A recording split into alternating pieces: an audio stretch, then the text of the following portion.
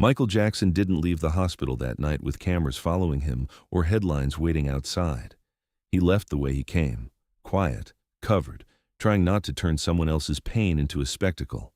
But before he walked out, he stopped in a hallway no one pays attention to and wrote something small on a wall no one thinks to read. It wasn't a signature. It wasn't for fans. It was a hidden message meant for one person, and it didn't stay hidden for long. It was 1988 in St. Louis, Missouri, at a children's hospital that smelled like disinfectant, warm blankets, and that faint cafeteria soup scent that somehow found its way into every floor. The building was always bright, but it never felt cheerful. Bright lights don't erase fear, they just make it easier to see. Michael had come in through a side entrance after midnight. No public announcement, no photo call, just 2 security guards, 1 hospital administrator, and a nurse named Carla who had been told only one thing: please keep this quiet for the kids. Carla had worked nights for 10 years. She'd seen celebrity visits that were really about cameras. She'd seen inspirational moments that lasted exactly long enough for a photo. So when she heard Michael Jackson was coming, she expected the same. Then she met him. Michael didn't stride into the building like he owned it. He stepped in softly, almost like he was trying not to wake the hospital itself. He thanked the receptionist. He thanked the guard. He thanked Carla like she'd done something heroic just by being there. Carla noticed his eyes first. They were tired, not from a show, from carrying things nobody could help him carry. "Where should we go?" Michael asked. Carla glanced at the clipboard in her hand. She had been given a short list of rooms, kids whose families had agreed, kids who were awake, kids who might actually want visitors at this hour. But one name wasn't on the list. Room 614, because room 614 didn't want visitors, not anymore. The patient was a 10-year-old boy named Eli Turner, and he had been refusing almost everything: food, TV, even the cartoons nurses used to calm kids down. His mother said he hadn't smiled in days. His father had gone quiet in the way men go quiet when they're afraid and don't know how to say it. Eli was a patient the staff talked about carefully, not because he was difficult, because he was done hoping. Carla hesitated, then said, "There's one kid, but he doesn't want company." Michael looked at her. "What's his name?" "Eli," Carla said. "He's not in a good place right now." Michael nodded once. "Let's see him," he said. Carla's instinct was to protect the kid from disappointment. Michael Jackson couldn't fix what cancer was doing. No one could. But something in Michael's voice didn't sound like a superstar offering a miracle. It sounded like a person offering presents. So Carla led him down the 6th-floor corridor. The halls were quiet except for the distant hum of machines and the occasional squeak of a nurse's shoes. A night janitor pushed a mop bucket in the distance, nodding silently as they passed. They stopped outside room 614. Carla knocked softly. No answer. She knocked again. "Eli, honey, it's Nurse Carla." A pause, then a weak, flat voice. "Go away." Carla glanced at Michael apologetically. Michael stepped forward and spoke gently, close enough for Eli to hear through the door without raising his voice. "Eli," Michael said. "My name is Michael." Silence, and then Eli's voice again, small and suspicious. "Michael who?" Michael smiled faintly. "Just Michael." Carla held her breath. Inside the room there was movement, slow, reluctant. Then the lock clicked. The door opened a crack. A thin face appeared, pale under the hospital light, eyes sharp with anger that was really fear. Eli stared for 1 second. Then his eyes widened, like his brain couldn't decide if this was real. "No," he whispered. "No way." Michael nodded gently. "Hi," he said. Eli's hand tightened on the door. He looked back into the room as if to check if his parents were asleep, if this was a dream, if he was about to get in trouble for imagining things. Carla spoke softly. "He's really here." Eli opened the door wider. Michael stepped in slowly, careful not to bring too much energy with him. The room was small: a bed, a chair, a rolling table with untouched food, a stuffed bear near the pillow. Eli's parents were there too, his mother sitting rigid in the chair, his father standing near the window with arms crossed like he needed something to hold on to. They looked stunned. Michael greeted them first. "Thank you for letting me come in," he said. Eli's mother started crying immediately, silently, like she'd been holding everything back until a stranger's kindness broke the wall. Michael turned to Eli. "Can I sit?" he asked. Eli nodded quickly. Michael sat on the edge of the chair, not the bed, keeping respectful distance. He didn't start with a speech. He asked a simple question. "What do you like to listen to?" Eli's eyes flicked away. "Nothing," he muttered. Michael nodded like that was valid. "Yeah." "What did you like before you got tired of everything?" Michael asked. Eli swallowed.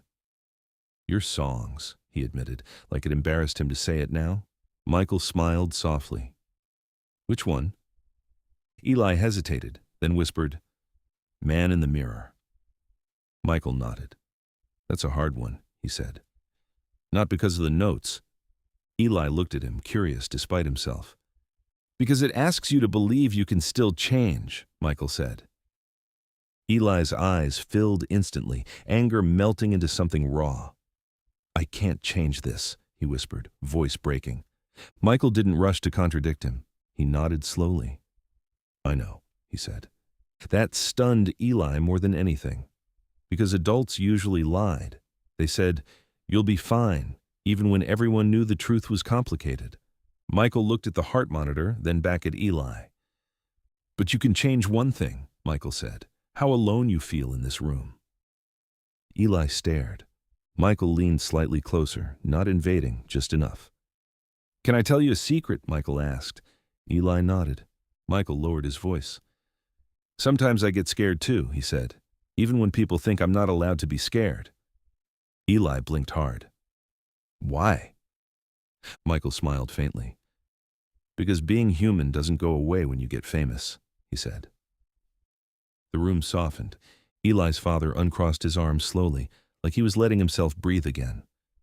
Michael talked with Eli for a while, about music, about cartoons, about what it felt like when nights were long. He didn't try to cheer him up. He just stayed, letting Eli's mood be what it was. At one point, Eli asked quietly, "Do you ever feel like everyone wants something from you?" Michael nodded immediately. "All the time," he said. Eli looked at him like that was the first honest adult sentence he'd heard in weeks. Then Michael did something small. He reached into his pocket and pulled out a marker, one of those thin black markers people carry for signing things. Carla's stomach tightened, expecting Eli to ask for an autograph. But Eli didn't ask. Eli said, barely audible, "Can you write something?" Michael nodded. "Where?"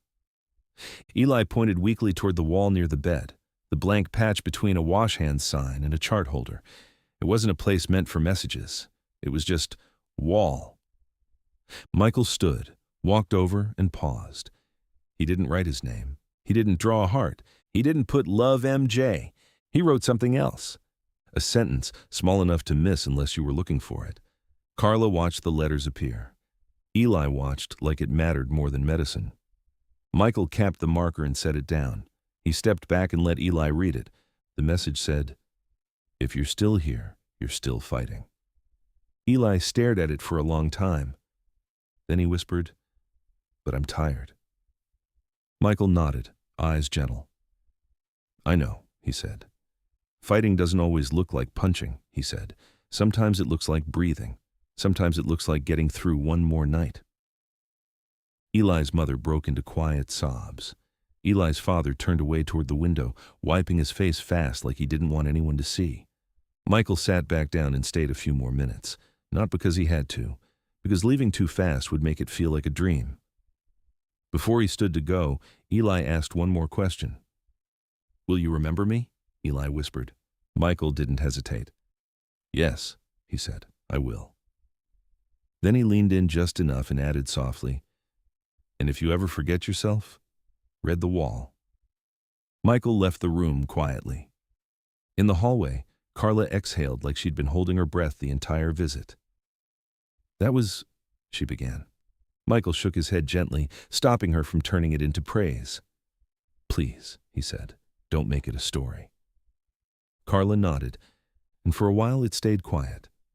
But hospitals don't keep secrets perfectly. A week later, a different nurse noticed the writing on the wall and asked where it came from. Another nurse recognized the handwriting from a signed program. A doctor saw Eli glance at that sentence every time he thought nobody was looking.